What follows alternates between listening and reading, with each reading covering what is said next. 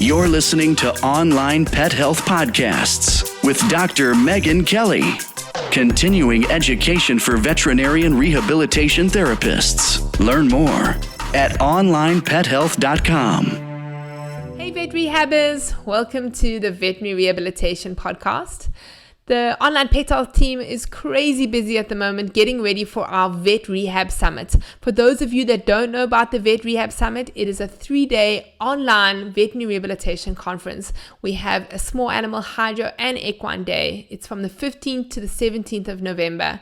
If you're an Online Pet Health member, you get free VIP access to this summit. It's going to be an amazing 3 days, and if you want to find out more information, you can go to www.vetrehabsummit.com. So today I'm going to be doing another one of my Behind the Vet Rehab podcasts, and I'm chatting to Online Pet Health member and vet rehabber Emmylou Rivers. She's based here in Johannesburg in South Africa, and she has a practice called Paws, Claws and Wings. You guessed it from the name, she treats more than just cats and dogs and includes things like snakes, chickens, different types of birds, and at the moment she's even treating a 3-legged bunny. She chats to us about expanding her knowledge in hydrotherapy, about the challenges of working 6 days a week and working by herself, and how she's got loans to buy all the equipment that she needs. So over to Emmylou. Thank you so much for joining me, Emmy. Welcome. Thank you very much, Meg. It's good to be with you. Emmy, now you obviously came into veterinary rehab very similar to myself, from a veterinary nursing background. Just give us a little breakdown of how you got into the field, how you learned about it, from your beginning. Okay, well, basically when I qualified, I worked at the exotic animal clinic at Onlinepethealth. So that, I still love working with birds and exotics. Luckily, I get to do quite a bit of respiratory physio on snakes and mainly your boas and that sort of thing. From there, I went to a few practices. After that, I actually had, so I adopted this little bull terrier from Onlinepethealth. She had horrific fractures, open fractures, basically an X-fix and everything. The owners obviously was cheaper just to buy a new one than fix the dog that they'd had. Got to the point where we didn't think this bone was ever going to heal. So we took the X-fix out, considering amputation, all of that. And someone said to me, I can't even remember who it was, actually said, no, consider doing swimming with her. So I was like, okay, I knew absolutely nothing. So I put her in the pool and started swimming. And it turned out she actually kept the leg. She had horrific arthritis, but she kept the leg. And that sort of sparked my sort of interest in hydro and physio. So then after that, I was working at a big referral practice. And Alison from Doggy Paddle actually had advertised for someone to come and work there. So I pretty much dropped everything and went to Doggy Paddle. After that, I opened my own practice after I'd done the CCRP course, and that's where I am at the moment. So it all started because of it. Yeah, I mean, it's amazing how many veterinary nurses have ended up, through having their own pets or a pet that they've rescued, that they end up in rehabilitation, because you're not the first person. And as you're telling me about those snakes, I think the other day or maybe a few months ago, there was a post that somebody asked about a chicken on one of the rehab groups that we're on, and you popped up and came up with information. And I remember thinking, how does she know about rehabbing a chicken? So now I know why. Oh, yeah. Well, I've had patients from, at the moment, I've got a 3-legged bunny who's actually doing so well. She just completely freezes in the pool though. She just chills out and floats in her life jacket. So we've actually stopped doing hydro with her. We're doing more ground work. Then I've also got a little guinea pig who is doing so well with his arthritis. I've had a chicken. At the moment, I've got a pigeon that I'm busy rehabbing. So and surprisingly enough, birds actually can also swim. My first cockatiel, if she was on the side of the pool and I was in the pool, used to jump in and come and swim to me. So you can pretty much rehab absolutely any animal. And there's Well, certain awesome. teams So, I enjoy the fun ones. well, those of you in South Africa, you know who to refer all your crawlies and things like that to. Snakes and spiders. Imagine rehabbing a Uh, spider, Amy. but you know what, I would do it, but spiders are not my favorite. I would never hurt one, but rather not. But any other animal, I'm game. So tell us a little bit about your practice now. So do you obviously have a brick and mortar practice? Are you in one area? Do you move around to other clinics? Okay, so at the moment, I'm actually in Sunnyhill Garden. So the practice is attached to my home. We basically built on an extra room and redid, when we moved in, there's this really old grotty pool.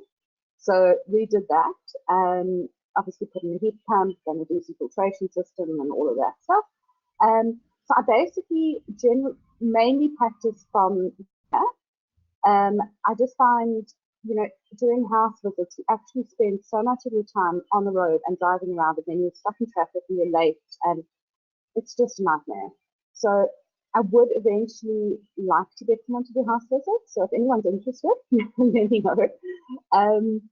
And yeah, so I pretty much practice from now. I'm planning to open a second practice in the future, but just trying to find the correct premises is a bit of a mission. And yeah, so at the moment it's basically a pool, an office area. I've got a jacuzzi, and then yeah, just the standard rehab equipment. How do you manage your time that you consult? So how many days a week are you consulting and what times? So I generally consult 6 days a week. I try and keep my patients either early morning or late afternoon. So, if I've got a slot, I'll try that I'll have the 7 and 8, blah, blah, blah. So then at least in the middle of the day, it gives me some time to actually do paperwork and all of that stuff they never tell you about when you open your own place. Yeah, and then Saturdays are just obviously absolute nightmares because it's the day that most people are available. So it's 7 days a week. I mean, 6 days a week. No, six. I take Sundays off. Shame. But I've had some people saying, "Oh no, it would suit me if I had an appointment at 7 o'clock on Sunday," and I'm just like, yeah, no. I'm somewhere else. Thank you. And tell me, Emmylou, have you had to buy a lot of equipment? Have you got quite a lot of loans that you've had to invest in? How have you worked sort of building up your equipment? The equipment, I've generally, taken loans out for it. Luckily, most of the equipment that I've actually at the moment, I'm looking at buying an underwater treadmill. So I am debt-free at the moment, but it's not going to last very long. So yeah, I've got, for teaser, I would love to get a laser, but at the moment it's just not financially viable. Obviously a therapeutic ultrasound, I've got a deep oscillation unit, which I use quite a bit. And just the general, your TENS, NMES, all of that stuff. So I've managed to do loans for them and then pay them off as quickly as possible. And your underwater treadmill, is that for where you currently are or for the new practice which you're hoping to open? At the moment, I'm not actually 100% sure. It depends. It depends on what premises I find, because it may land up having to be a container or sort of a Wendy house type of construction, which isn't really going to take an underwater treadmill. But if it is a permanent construction, then the underwater treadmill would be going there, and then I'd just do like pool work from here, treadmill work from there, depending on what the dog needs. So these container vet rehab units have become quite popular, especially up in your area in South Africa. For those of you that haven't seen them, it's basically a ship container that gets converted. I mean, it looks amazing. They convert them. They've got doors. They've furbished inside. They look amazing. It looks like you're in a building when you go in. but and there are ways in which you can either buy them or rent them. And this is something that a lot of the vet rehab therapists here in South Africa have started doing because they've been struggling to find premises. So they find a plot or some area, and then they put one of these containers up, and it seems to be working really well. It really does. You can make them absolutely amazing inside. I mean, the one that I actually was looking at, it was a client of mine who did the refurbishment. It had a full kitchen. It had pull-out beds. It had a loo, a shower, absolutely everything. I mean, it was a mini home. And, you know, it's not cheap, but it's obviously a lot cheaper than buying a premises and then actually building, you know, when you just really need 1 or 2 rooms. What I like about them is they're movable, so you can move Exactly. them. So compared to building a brick and mortar place, so you build your own place, then let's say, so you could be renting a plot or an area, a property, and you can buy one of these, put it on there. If you need to move down the road, they can just move it for you, which is great. Exactly. And that's the awesome thing about it, is that you can actually rent premises rather than buying it, because if the worst comes to the worst and you get kicked off or the lease runs out or whatever, you just pick up and move to the next thing. Yeah, I really like them. And for those of you that are listening, if you're interested, I will try and get some pictures of some of the South Africans and post them on our Onlinepethealth page, because it's really interesting concept and seems to be working well for them. So, Emmy, let's chat a little bit about the... Oh, sorry. Sorry, carry on. I was just saying, Nadine apparently has an amazing one at Four Ways. So maybe ask her for some photos. I will, thanks. Let's chat a little bit about your struggles. So things that you've done that you maybe would have done differently. What are your biggest challenges every day? Basically, for me, I love the work that I do, but I am not business-minded at all. I have no financial background. So it's actually the complexities of running a company. So it's all the month and then making sure the SARS has the right things and doing the taxes and invoicing and receipting and then putting the suppliers' invoices on, and that sort of thing is my sort of worst. I'm more than happy. I'll work 12 hours a day, but yeah, the accounting side of things and the computer work and the paperwork, and no one ever warns you of that. No, and we get into it because actually what we just want to do is treat animals, don't we?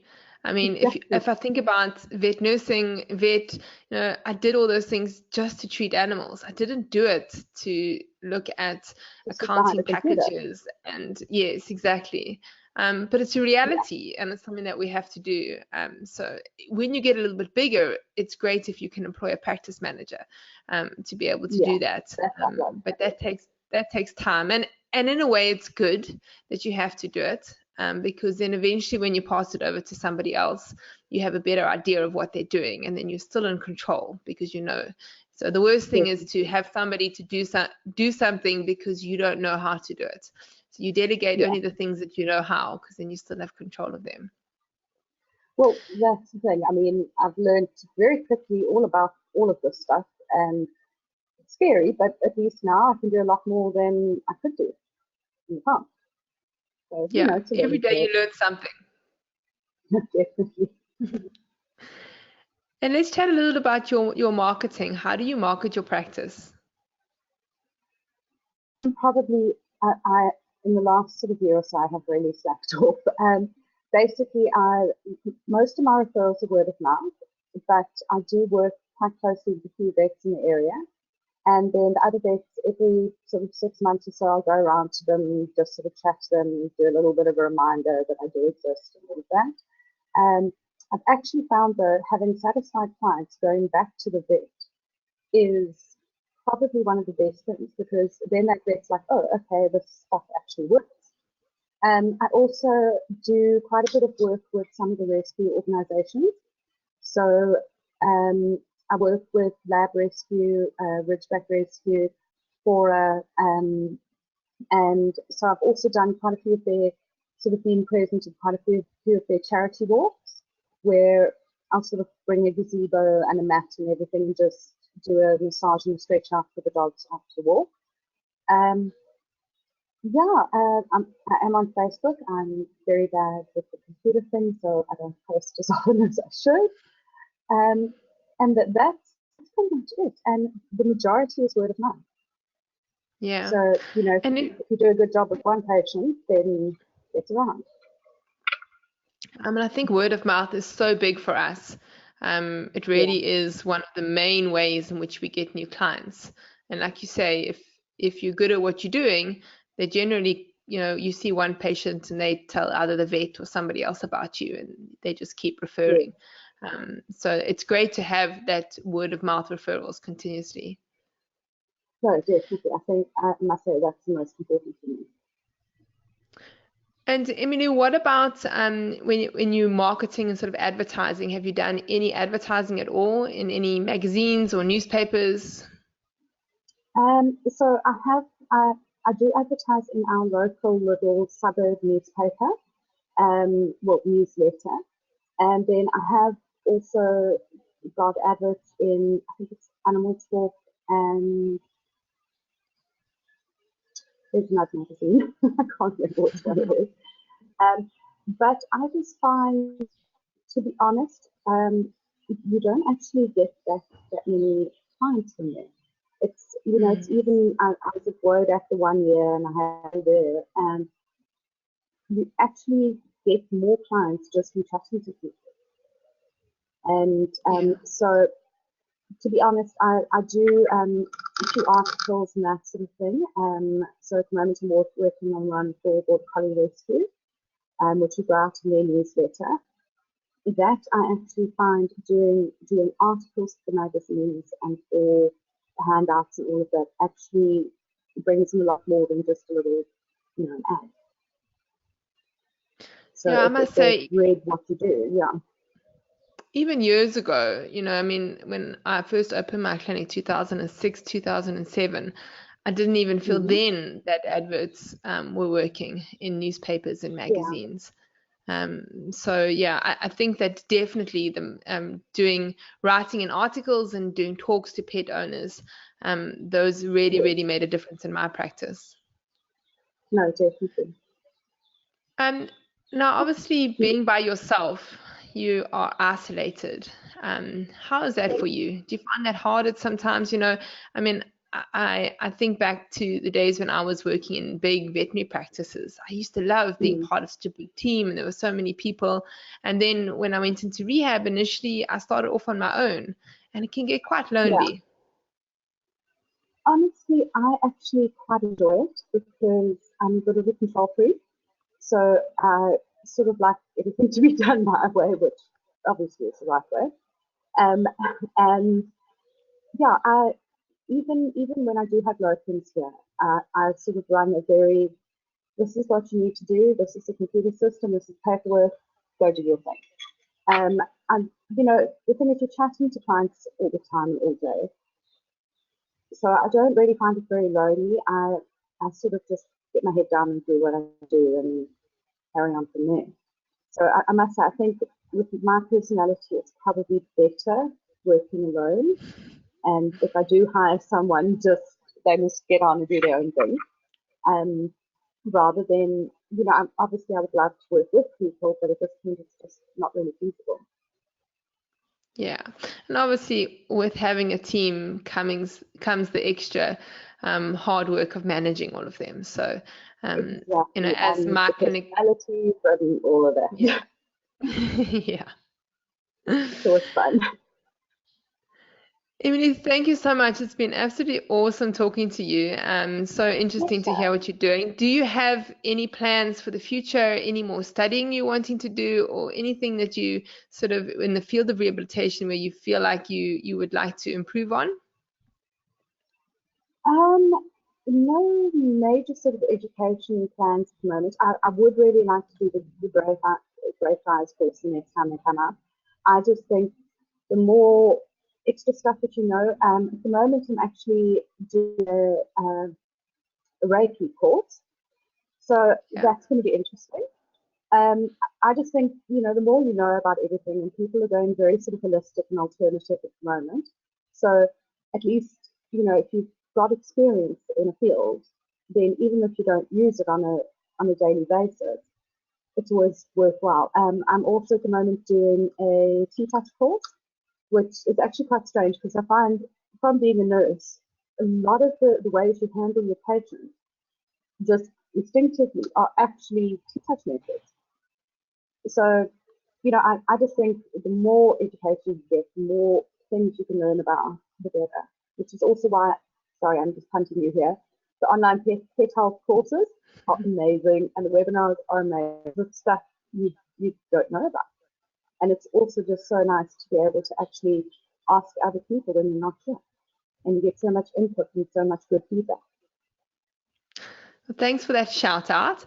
I'm interested about the Greyfriars course. So is it the hydrotherapy course or the underwater treadmill course that you're interested in? At the moment, they aren't running any in South Africa, but they've got, well, not at this point. They have run one, as far as I know. But yeah, it's basically a complete hydro course. So you do full work and underwater treadmill and all of that. I'm not 100% sure, but that's what I've heard. Sort of I must say, when I finished my CCRP, although we learned about it, I didn't feel like I had a really good grasp on hydrotherapy afterwards. I sort of felt like I would like to know more.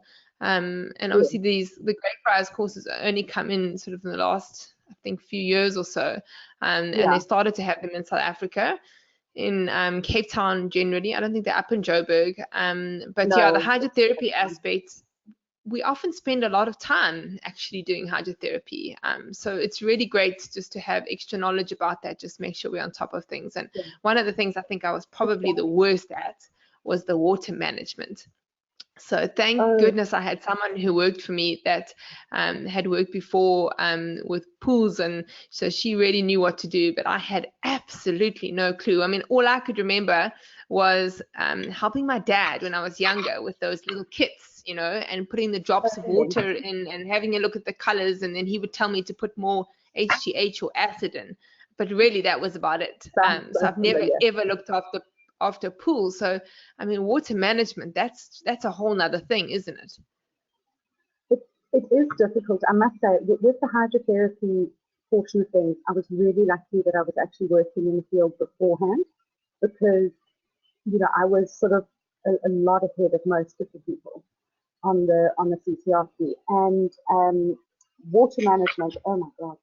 So it's technical. I'm very proud of myself. I've now got to the point where I don't even use the test kits. It's, you look at the pool and okay, it needs this much of this, or but that is 4 years of looking at your pool in depth every day. And sometimes especially when you get back from sort of leave for a few days, you open the pool and it's green. But you get there. It's something not fun, but you have to learn it.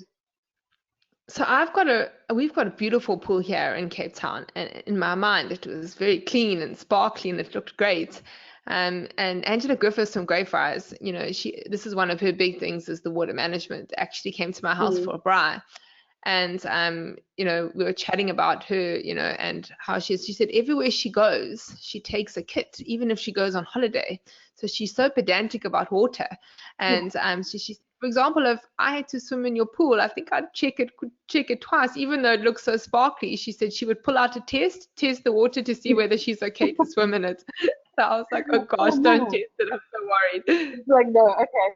No, then she must never come to me. I mean, the pool, all the levels are right, but because some of those tests test for really weird things. My thing is, as long as it's clean and it's not going to affect anyone or contaminate anything, then it's okay. Yeah, exactly. Emmylou, thank you so much for your time. I really appreciate it, and good luck with everything. And I hope you find that premises. And holding thumbs that you get that underwater treadmill. I know, it's going to be awesome.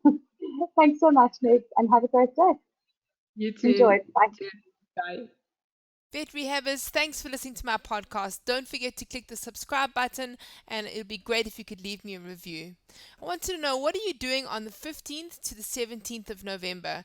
It is our Vet Rehab Summit, which is our online virtual conference for veterinary rehab professionals. Find out more information at onlinepethealth.com.